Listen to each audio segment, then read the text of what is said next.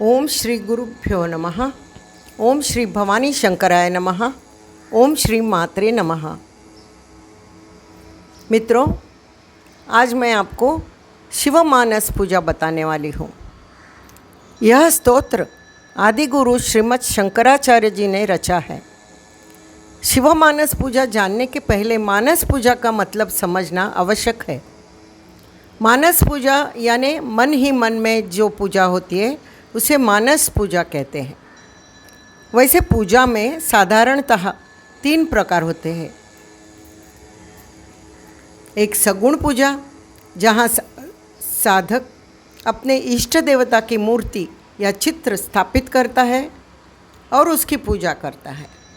उसे धूप, दीप, गंध, पुष्प, भोग चढ़ाना इत्यादि प्रकार से वो देवताओं की पूजा करता है। अभी निर्गुण पूजा दूसरा प्रकार है। निर्गुण पूजा, इस पूजा में किसी मूर्ति या फोटो की पूजा नहीं होती।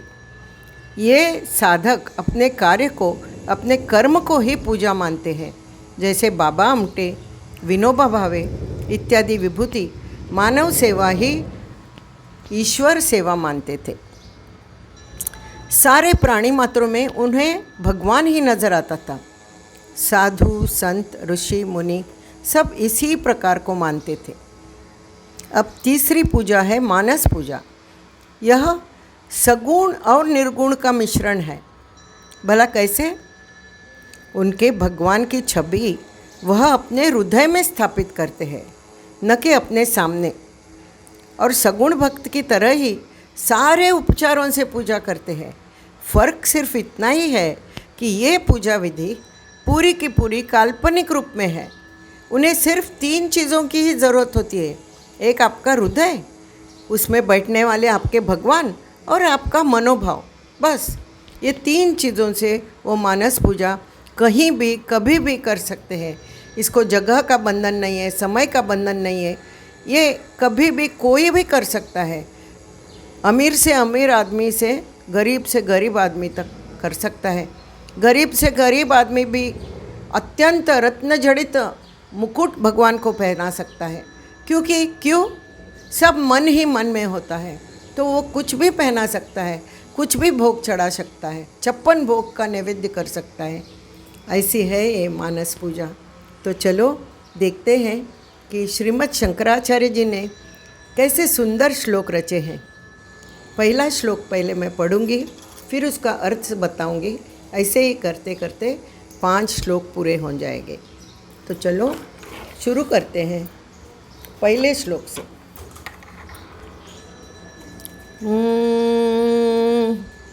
रत्नैकल्पितमासनं हिमजलैः स्नानं च दिव्याम्बरं नानारत्नविभूषितं मृगमदा मोदाङ्कितं चन्दनं जाति चम्पकबिल्वपत्ररचितं पुष्पं च धूपं तथा दीपं देवदयानिधे पशुपते हृत्कल्पितं गृह्यताम्। अर्थात पहले श्लोक में भक्त शिव भगवान को कहते हैं, देखिए भगवान, मैंने आपके लिए रत्नों से जड़ा आसन तैयार किया है। स्नान के लिए आपके लिए शीतल शुद्ध हिमजल लाया हूँ। हिमालय पर्वत से जल लेके आया हूँ। आकाश रूपी, अंबर रूपी दिव्य वस्त्र मैं आपको पहनाने के लिए लाया हूँ। फिर नाना रत्न विभूषण लाए हैं। सुगंधित चंदन का लेप लाया है। नाना प्रकार के फूल लाए हैं, जैसे कि जाई, चंपक, बहुत तरह के फूल लाए हैं। और धूप भी लाया है और घी का दिया प्रज्वलित है। तो हे दयानिधे पशुपते, इनका स्वीकार कीजिए। अभी दूसरे श्लोक में वो कहते हैं, सौवर्णे नवरत्न खंडरचिते पात्रे घृतं पायसं भक्ष्यं पंचविधं पयोदधियुतं रंभाफलं पानकं शाकानामयुतं जलं रुचिकरं कर्पूरखण्डोज्ज्वलं ताम्बूलं मनसा मया विरचितं भक्त्या प्रभो स्वीकुरु। अर्थात भक्त कहता है, मैंने रत्न जड़ित पात्र में स्वादिष्ट खीर आपके लिए भोग में चढ़ाने के लिए की है।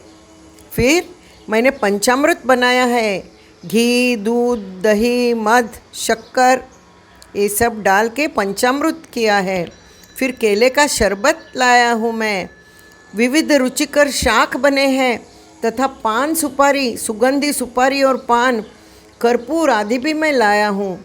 कृपया स्वीकार कीजिए हे शंभु महादेवा।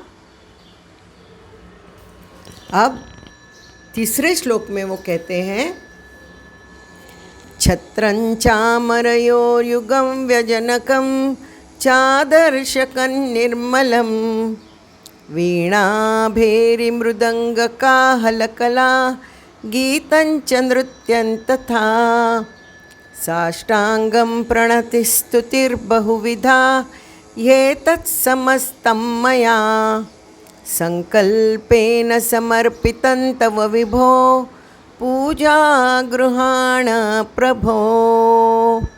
हे प्रभो, पंखा झूला रहा हूँ मैं, आपको सुंदर आईना दिखा रहा हूँ, फिर आपके ऊपर मैं छत्र धारण कर रहा हूँ, चावर से मैं हवा लगा रहा हूँ, मनोरंजन के लिए वीणा, भेरी, मृदंग आदि वाद्यों से संगीत पेश हो रहा है, नृत्य गायन भी हो रहा है। मैं साष्टांग प्रणिपात करता हूँ, हे कृपानिधे, आप मेरी इस मनोसंकल्पित पूजा स्वीकार कीजिए।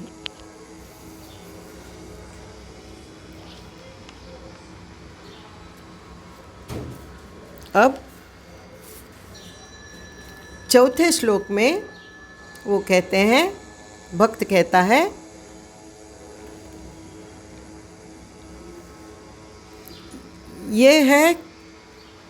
ये पहले 3 श्लोकों में भक्त ने पूजा की। हाँ, हृदय में भगवान को स्थापित किया, उसको सारी पूजा मन ही मन से की, काल्पनिक पूजा की, सब मन से पूजा की। और अभी चौथे इसमें वो भगवान के साथ हम जैसे बात करते हैं ना पूजा करते समय, फिर लास्ट में हम भगवान के पास मांगते हैं, भगवान मेरा ऐसा करो वैसा करो, कुछ भी हमारी इच्छा होती है, हमारा सुख दुख भगवान के साथ बांटते हैं ना। हम पूजा के बाद खड़ा रह के ये करते हैं, प्रार्थना करते हैं। वैसे ये प्रार्थना कर रहा है, क्या बोल रहा है वो साधक, इतना सुंदर है ये श्लोक, ये आपको मन में उतार देना चाहिए। और वैसे ही आप जहाँ जहाँ जाते हो ये समय, हर समय मन में ये श्लोक गूंजता रहना चाहिए, इससे आप एक अच्छे साधक बनोगे।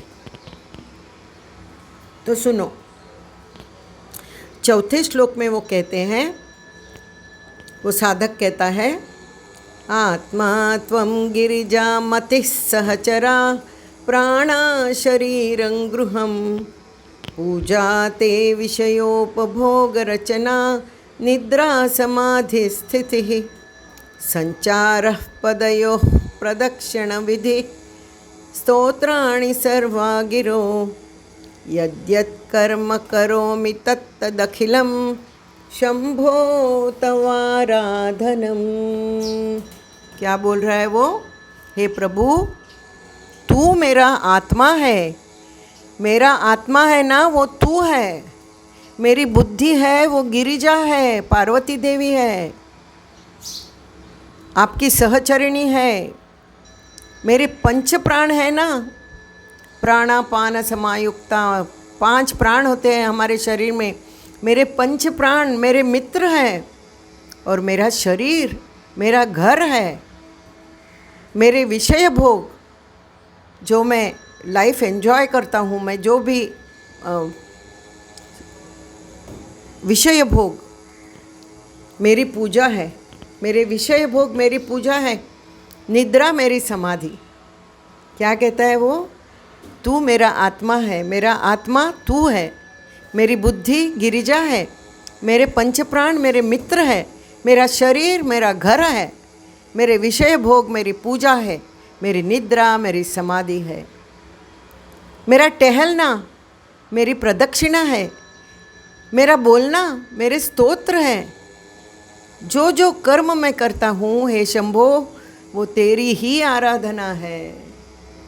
कितना सुंदर श्लोक है ये। अगर हम हमारे जीवन में अपनाएंगे तो हमारा जीवन सुधर जाएगा। आप बहुत इस पर गौर कीजिए कि कहीं भी आप जाएंगे ना तो you will be always conscious कि मेरा कर्म खराब तो नहीं हो रहा है ना, मैं कुछ रॉन्ग तो नहीं कर रहा हूँ, भूल तो नहीं कर रहा हूँ। भगवान को साक्षी मानकर आप सब करेंगे। हाँ, भगवान आपके अंदर है, ये फीलिंग आपके अंदर हमेशा होगा। ये 4 श्लोक, 4th श्लोक is very important. 3rd and 4th श्लोक इज़ वेरी इम्पॉर्टेंट। अभी 5वें श्लोक में कहते हैं, हे शंभो, मेरे हाथों से पैरों से अगर कुछ अपराध हुआ हो, सुनने में देखने में कुछ अपराध हुआ हो, जाने अनजाने में कुछ अपराध हुआ हो, तो हे करुणानिधे, हे करुणा सिंधु, मुझे क्षमा कर दो, मुझे क्षमा कर दो। मेरी पूजा में, मेरे विचार में, मेरे आचरण में कुछ भी ठीक नहीं हुआ हो, अपराध हुआ हो, तो मुझे माफ़ करना है। करुणा सिंधु, करुणा सिंधु बोलते हैं शिवा को। तो इस तरह श्रीमद् शंकराचार्य जी ने रचित किया हुआ शिव मानस पूजा स्तोत्र संपूर्ण होता है। तो आप क्या करेंगे? कोंकणी लोग हैं, उनके पास स्तुति मंजरी पुस्तक है। मैं अभी नई यूट्यूबर हूँ, इसलिए मुझे वो नोट्स निकाल के, वो स्लाइडिंग डाल के, वो सब मैं नहीं कर सकती। और लिखने का भी इतना लिखने को मुझे नहीं होता है, प्रॉब्लम होता है। तो आप ये गूगल में जाएंगे तो आपको ये स्तोत्र ज़रूर मिलेगा। ये लीजिए, उसका कॉपी निकालिए और फिर उसका अभ्यास कीजिए। तीसरा और चौथा वर्ष है ना, वो बहुत इम्पॉर्टेंट है ह्यूमन लाइफ के लिए। हाँ, तो मैं आपको बहुत अधिक श्रावण महीने का मैं बहुत शुभकामनाएं देती हूँ। अभी तो एक ही हफ्ते में हो जाएगा। 16 तारीख से श्रावण महीना निज शुरू होता है। तो आपको सब शुभकामनाएं। और श्रावण महीना is very important specially for Shankar भगवान। सो शंकर भगवान का वेदा है, ये है, बहुत है, भजन है।